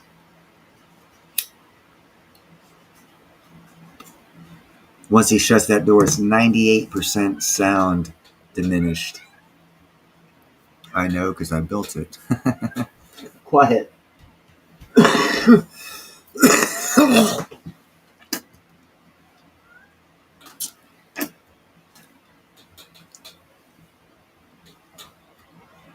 Oh, was it? Yeah, Limp Bizkit. Keep rolling. I like the one when I'm taking a hit and it go.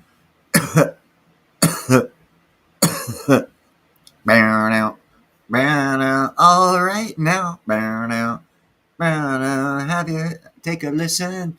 The song Sweet Leaf. Leonard Skinner, I believe. Starts off with a guy coughing after taking a hit, and it goes, breaks into the guitar. All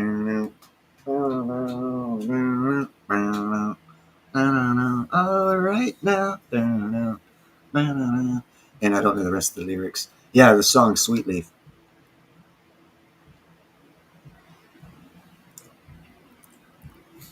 I did that one time because I didn't mean to, but I was coughing and it came out that way. I was like, and so I went off into, to play it off that I was coughing. So it works sometimes. Sometimes it doesn't. Depends on how you cough.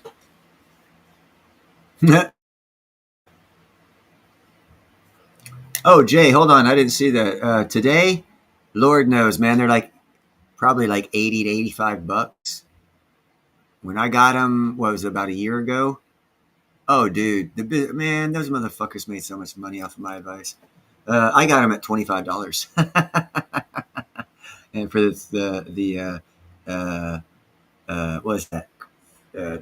Number 3 crystallization, medium grade crystallization. I got for $25 each, and I bought like 30 of them. And then after I bought those, I told them, I said, hey. Or I asked them, I was like, hey, are those like your cutoff pieces along with those little, plush looking ones? Because I could tell by the edges that they might have been the leftover. And they were like, yeah, that's the scrap left over from the custom pieces we were selling. And then I told them some shit. And then they took those 2 off of the market for 3 months. And then they put them back on the market at twice the price. Because of the business information I gave them for the marketing gap that they left open in their own business. I ain't got a penny for that. But overnight, they doubled their profit margin on those 2mm squares and those little freaking plus sign things that are like, they sell them as 2mm too, I believe. It went from hoping that they could make money off of their scrap before they remelted it and went through the expensive procedure of recrystallization to it's a profitable thing for them, and they don't remelt any of it now. They just sell it as is because it's more profitable. And that's the move that I told them about, because they some reason, see, even smart people, you can leave a hole in a fucking idea, and if it's the best idea on ever, still be a hole in it that you didn't see. Think it through as much as you want. That's why I try and think things through, because I know it's like that. There'll always be someone come along, oh, you missed that. I'll be like, son of a bitch. You're right. And that's what I did to them on their business of selling the 2mm squares. But yeah, now because of that, I gained advantage because my 30 2mm squares doubled in price, in value, over 3 months, because they weren't available for that long, and then when they came back, they were twice the price, and they're twice the price. So, I got them at 25. Good for me. And as in any jewelry market, you 100 to 500% increase the price of things when you turn them into jewelry. 2mm squares were purchased specifically to be added to gemstones, and that's why I got about $800 worth of equipment for gem faceting from my last tax return that I had. And yippee-ki-yay, got everything I need except for a job to buy the gems and the piece of equipment I need to melt the gold into. Well, I don't want to tell anymore. It's proprietary.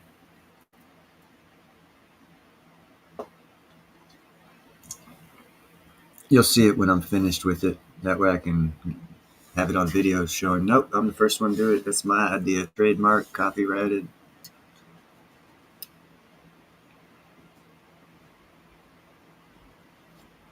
All that good shit that people do to steal stuff and steal your money from you. I'm going to have to take care of it before I say too much, because I've had too much shit stolen from me in my life. I've been naive, too friendly. My mom said it was naive. I just said I was too friendly. And Gerald says I'm a free fry guy. Yeah, I'm just, I'm not gullible either. I'm just too nice. But I'd rather be too nice than the other thing. That's why I always say be kind, helpful, and grateful. It'll come back one day. That or he'll fucking quit being nice and actually make some freaking money. And, you know, I'm at that point. So,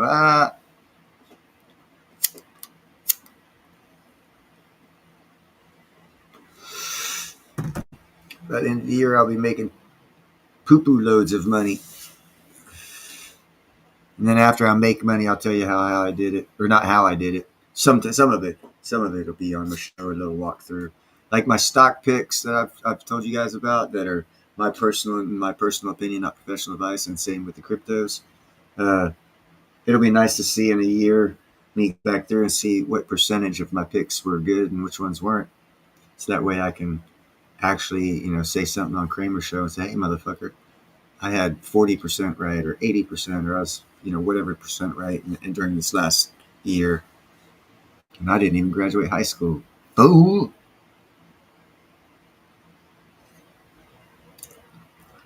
Maybe I'll get some more subscribers when that happens. So I do document certain things for reasons in the future. I say them online, videotape, because I know, you know, I'm either going to be proven right or wrong, and oh, what the hell? That's a chance to take when you document yourself talking shit. So hope like hell you know what you're doing before you stick your foot in your mouth, or make sure that you fucking step in some good fucking dough batter. So when you stick your feet in your mouth, at least it'll taste like cookie dough or something. Make the best of a bad scenario.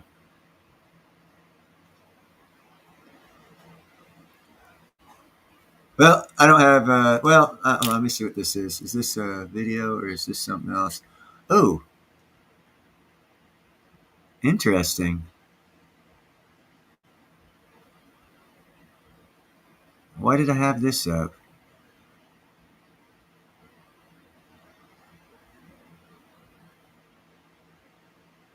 I don't know enough about this to show you guys this one.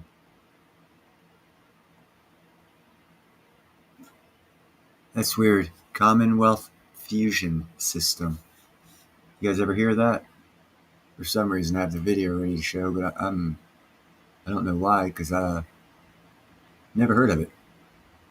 Maybe that's why I had it up, because I don't know shit about it. It's from Decarbonize. He's got 1 point. Oh, fuck that. I thought it was million. It was 1,000. He only got 1,000 subscribers, 1,600, not 1.6 million. So it was probably a bullshit thing. That's why I'd never heard of it. I'm glad I didn't show you, and I looked at it again before I made an ass of myself. See? When you have things videotaped, you gotta make sure you don't look like an ass as much as possible. Shit's recorded.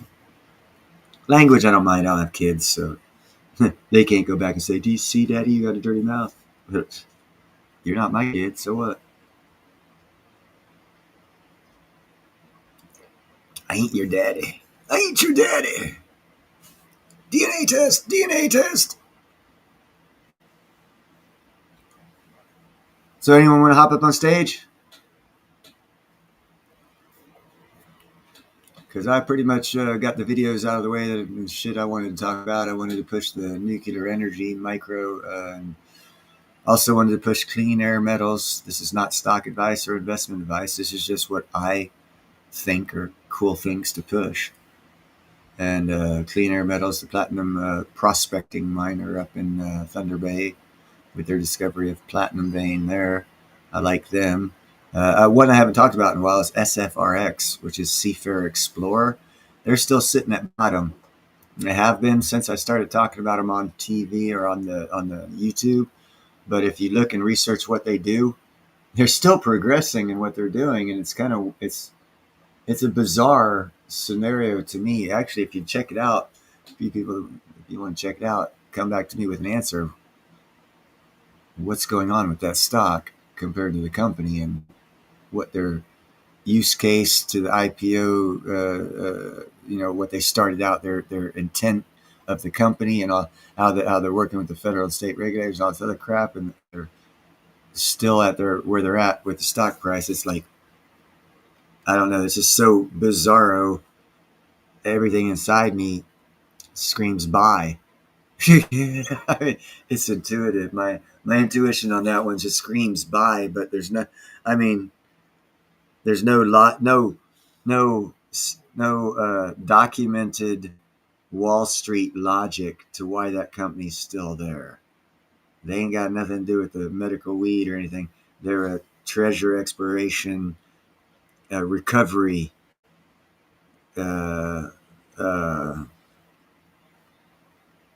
probable recovery company with new technologies, working hand in hand with the state of Florida regulators and the federal government regulators to be able to recover treasure from inside and underneath reef systems without destroying reefs. And believe it or not, there's a lot of freaking money in that when they are successful, but that still doesn't explain why their stock's not going up. Because as per typical, if you reach milestones in stock, your stock should reflect the milestone. That one hasn't. It's kind of weird. Maybe I'm missing something. I don't know.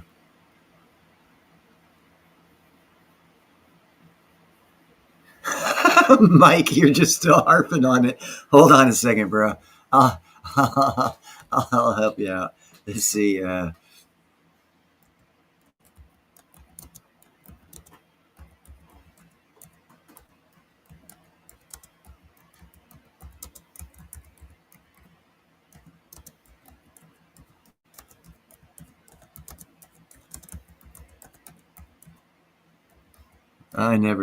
I never knew that would hit people so hard, man. It is funny as shit. I'm laughing my ass off. Sorry, guy.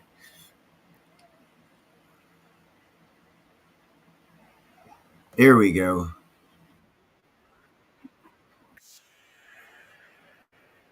Hold on a second. Okay, here. Let me go back to share screen. This one's specifically for Mike, just to irk him more. Although I'm sure Florida appreciates your freaking tax dollars, bro. It's the largest ferry system in the entire country with 21 ferries, but that is not enough with delays and unreliable sailings. Recently, Governor Ferguson awarded a massive project to build 3 new hybrid ferries with the first deliveries in 2029. The governor giving that contract worth $714 million to Eastern Shipbuilding, a Florida company, beating out a local company, Nichols Brothers, based in Whidbey Island. The bid from Nichols Brothers was charging the state $350 million more than the Florida company. One lawmaker telling me it's not the fault of Nichols Brothers. He says it comes down to state taxes and regulations. I'm joined by State Representative Andrew Barkas. Andrew, thank you for joining us. Well, thank you so much for having me on your program. I appreciate the opportunity. Yeah, I wanted to invite you because you were fired up about this on social media. One detail that was eye-opening, at least to me, was that the Washington company came in around $350 million higher. So we're just talking about even just a couple of $1 million more. And this is despite having a 13% credit for home state construction. With that said, you almost can't blame the governor for going with the Florida company that is going to save Washington taxpayers hundreds of millions of dollars here. Well, yes and no. First of all, I think it was, as I said in my release and have said many times, I think it's unfortunate. It's an unfortunate state of how we are in Washington that we cannot manufacture, we can't compete. And this business now going to Florida, another state that's going to reap the benefits. The cost was higher because of all of the requirements from environmental to labor to everything else for our local shipbuilder. But the piece that we were missing, and I was hoping to have a broader conversation with the governor, is what was going to be returned, the hundreds of jobs, the sales tax, all of the other revenues that would come in that would offset that difference between the two, even though it was a higher difference. The other piece is I'm not convinced, even with what we're hearing from this other proposal and bid over the course of time, that we're not going to see this rise to that same level of expense. they're $400 and some odd million a copy now is what we're hearing for the first boat. So is it truly as off as we thought between the two bids? I'm not sure. The conversation did not happen between the legislature and the governor's office for this final decision. One thing is clear, though, it is going to impact Washington workers. They're losing out on this massive project. We're talking about hours of work. How many workers do you think in Washington are impacted by this? Oh, there are hundreds. We have a long tradition of shipbuilding in Washington State, and Nichols Brothers and Freeland on Whidbey Island has a long-standing. They were part of the construction of the last two vessels that were built here in Washington State. They were gearing up, along with the Port of Everett and others, to continue that tradition for decades to come. The ability to build this boat, and then the ferry system as a whole, we're talking about 10, 15 boats over the course of the next 20 plus years that are needed to restore the fleet for the next generation. So it's hundreds and hundreds of jobs, not only around this project, but all the ancillary jobs that it affects, all the suppliers and supporters and manufacturers, the restaurants, the businesses. There's a lot of impact. That's why we had the Build in Washington provision before. Now, I was supportive of us looking throughout the entirety of the country to see what would be competitive and hopefully drive that back here. The truth is, we only ended up with 2 bids out of a procurement process that was 14 some odd shipbuilders. Again, that should tell you a lot about the state of Washington and the problems that we have in attracting and doing manufacturing here in our own backyard. Yep. In other words, you have regulated, taxed, and regulated everyone not wanting to do business with you. And the regulations and taxes make it impossible for you to do business with yourself, which means basically whatever political policies are going on up there for that individual state. Well, what's your conclusion? I'd say they're ass backwards, but I don't live up there, so I don't know. But anytime your state chases away your own infrastructure building to other states to make them prosper, that's kind of fucked up. Because like they said, that was hundreds and hundreds of jobs, man. I'd be pissed too, bro. But I'd be pissed at myself for voting those people in and passing those liberal policies. I mean, hell, you're talking to a guy who would have, if I lived up there, I would be affected by that, because as an iron worker, what's up, Mo? As an iron worker, some of those jobs would have been mine. As an iron worker, I mean, moving down to the Mobile area, they're actually building ships down there. If I need to get a job, I'm going to be at the shipyard. That's why I got the TWIC card, for jobs. So if a state wants to chase away work, more power to you. But when you chase away your work, you chasing away your tax revenue, which is chasing away all the freebies you give to people and being able to pay for it, which means you're going to go bankrupt. Or you're going to have to change policies to a more sustainable, reasonable, business-friendly, a consumer-friendly, retail-friendly environment. And that means lower taxes, and that means that politicians can't be as greedy. And basically, the politicians are fucking greedy, and they want all the money.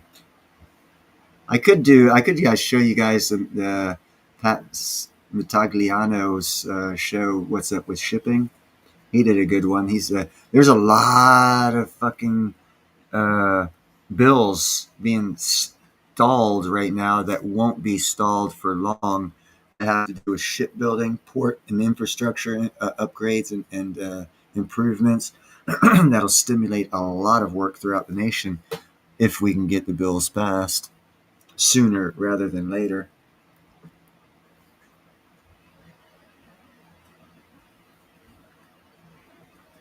Steve, but there's no fun in that for them. They go back to their mansions and laugh that they don't give you a reach around. Trust me, I live in California, bro. I'm with you, bro. I'm only laughing because I understand, and believe me, I'm an iron worker. That one hits a little bit closer to home than most people would think. Because I've actually worked for, oh God, it sucks. The name of the company, it's a Washington-based company. It's called the Erection Company. It's a rather big company, building company in Washington State. I've actually worked for them before. So you guys got a pretty big iron, or you had until your state chased away most of your business, which is my type of work, and that's why I said Washington State fucked itself, because you policied yourself out of the backbone of the economy, which is your steel industry. Why? Why is it the backbone? So that way you don't have to have ships built in other states because you don't have a fucking steel industry. Why? Because you regulated and taxed it out of existence. Oh, shit, let's change our political policies and get that back so we can prosper. That's a great freaking idea. Why don't you do that?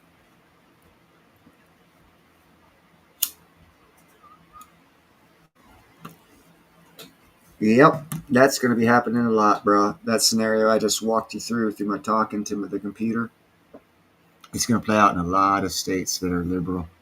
Because as we become less federally orientated, controlled by Washington, as I've stated on videos before, each state is going to compete for human beings to come to their state and live there, work there, and gain revenue for the state there and themselves. So they're going to look to make it more prosperous.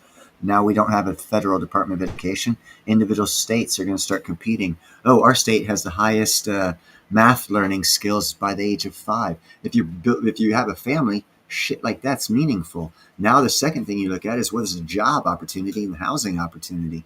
And it encourages people to move around in the states. The more prosperous states are the ones that are going to be more consumer friendly on all those aspects. States like Washington and California kind of fucking score an F on that scoreboard. So things are going to change big time. Policies in states will change. It's going to force every state to be more conservative. It's going to force them.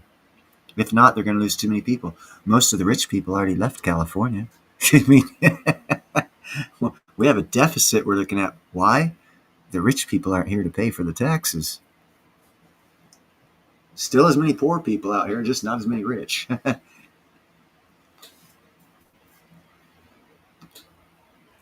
C4. I cannot predict, but what I can tell you is the facts that I know. The facts that I know is there was a report about a week ago that said that the Congress and Senate were dragging their feet on that bill. And then there was a report done that said basically what the guy said today on the report. Trump's going to step in and say, nah, you ain't dragging your feet on this one. So having both those disclaimers out of the way, I would project within 2 to 3 months, if not sooner.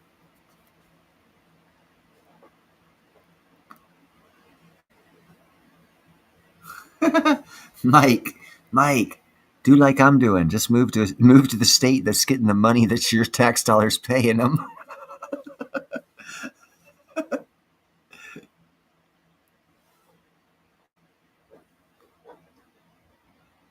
Holy shit, they're $105. I'm doing well. Damn.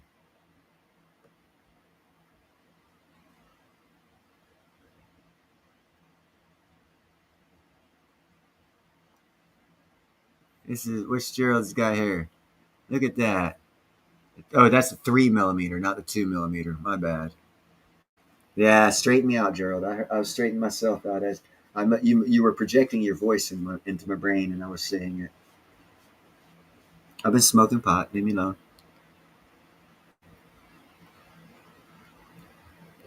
Woo, Mo Silver. Oh my God. That's I said earlier in the stream, there's a lot of things going on with shipping right now. Okay. One of them, the Port of Mobile that I was talking about, they're going to be losing the rest of the contracts for the destroyer class ships that they're building there. There's an uproar on that because of national security and projected defense needs of the future. We need to be producing so many ships. So there's going to be special congressional and Senate hearings to make that happen ASAP. Also, our submarine fleet just was told, I was watching a little informational on this today. Instead of building 2 subs a year, we're dropping down to 1. Again, national security issue. Due to national security and future projected defense needs, the newest class of submarine, our best one yet, we have to be producing 2 of them a year to keep up with projected national security needs of the future. So, having said that, both those projects being naval and the fact that Congress and Senate's dragging their feet on the 3 bills for the Shipbuilding Act and 2 other bills, I have a feeling that shipbuilding is going to be booming. That's all I can say. Yes, that one is 6 months over. Everything's blah, blah, blah. That is all intentional through not geopolitical, more inter-party squabbling at taxpayers' expense. Is more that when the one party's losing the argument, they cost the other party money. Well, it's our money.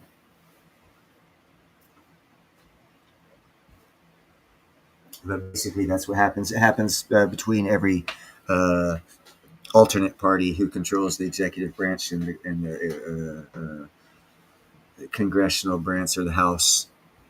It's always been like that. That's to some degree. Past couple presidencies, it's been to a much worse degree than ever. But that's always to be projected. And that's why when they say it's a national security issue, it takes front and center stage, and they have to act. So there's 5 issues on shipping, and that's not even considering the Merchant Marine's national security issue of being short 250 boats of 1,000 foot or longer to keep up with the congressional mandated number of ships they have to have to support the Navy for national security reasons.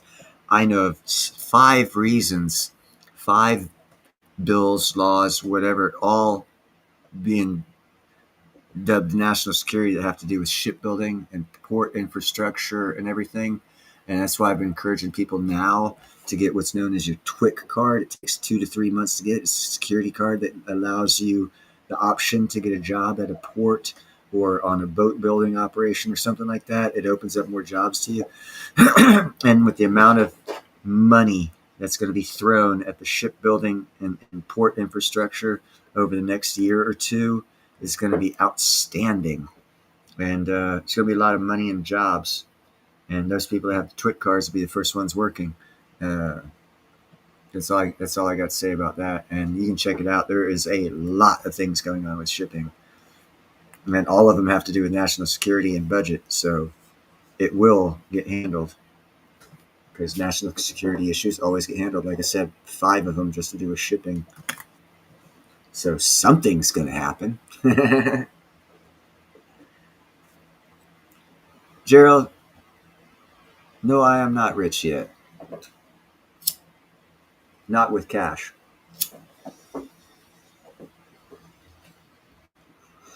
Or currency of any kind. I'm still on the front line because my shield hasn't broke just quite yet. But I've been throwing all my money at repairing it as we're fighting, so I'll be here for a little bit.